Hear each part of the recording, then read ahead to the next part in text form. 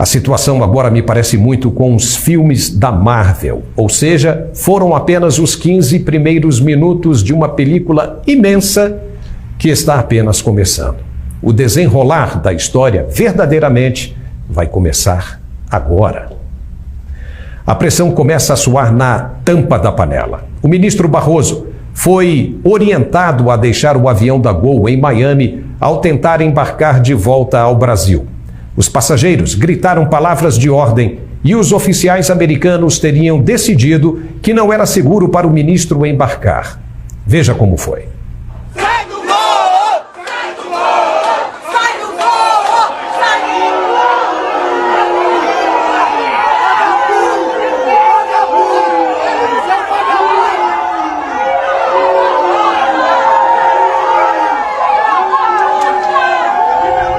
O ministro Barroso teria dito depois, irritado, que o Brasil ficou doente e comete atos antidemocráticos. Ora, isso é apenas o início e os ministros começam a perder a paciência com a falta de liberdade própria. Até quando, eles perguntam, vai durar tudo isso para que possam voltar a viver uma vida normal?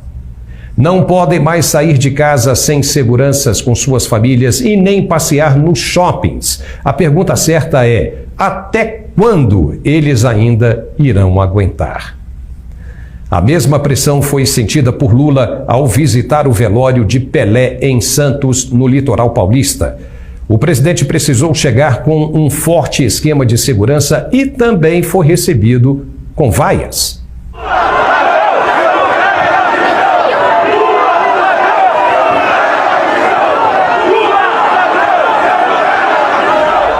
As lambanças do novo governo já começaram antes mesmo do sol nascer. Lula mal abriu os olhos e já enfrenta a primeira crise de desentendimento com sua equipe de governo. Pediu que a isenção de impostos sobre os combustíveis permaneça por mais tempo, com medo das repercussões negativas que poderiam afetar a imagem de seu governo. Haddad, o ministro da Fazenda, disse que deveria acabar imediatamente com o benefício e Lula mostrou que quem manda no governo é ele e não Haddad. Mas como ficará agora a promessa que Lula fez com os governadores de estado de devolver os recursos que perderam com a isenção dos impostos? Já tem governador torcendo o nariz. As trapalhadas na economia, que estava regradinha, já começaram a surtir efeitos. A bolsa despencou e o dólar disparou. As privatizações estão suspensas por pelo menos 4 anos, o que só vai aumentar as despesas do governo e o que for arrecadado servirá para fomentar as ações sindicalistas, como as inúmeras invasões de terras previstas para o MST em 2023. Para piorar a situação, o COAF, que é a Coordenadoria de Administração Financeira, que estava sob o comando do Banco Central, deverá agora, segundo Lula, passar de volta para o Ministério da Fazenda, ou seja, sob a tutela de Fernando Haddad. E o que isso representa?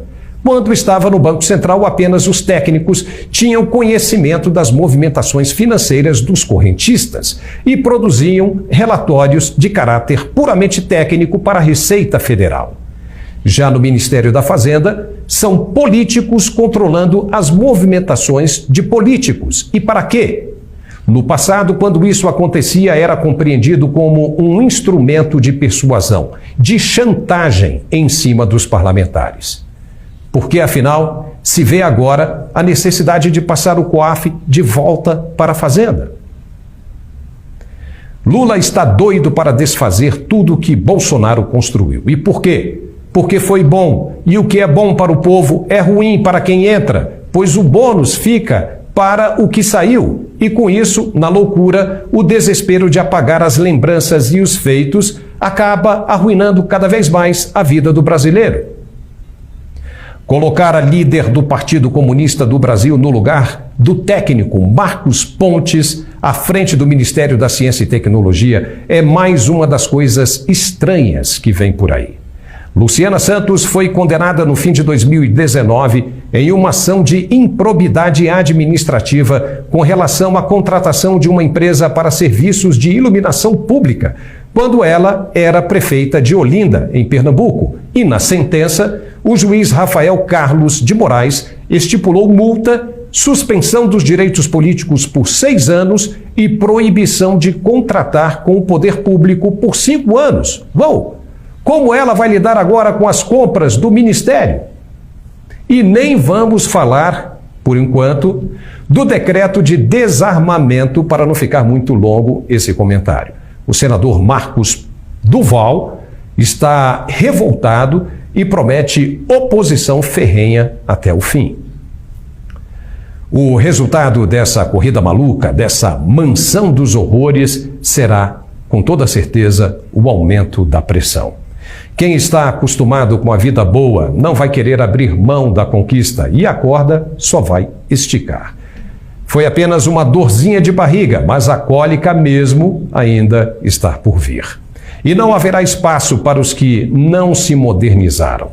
Voltar com a velha política não é mais o remédio para a dor.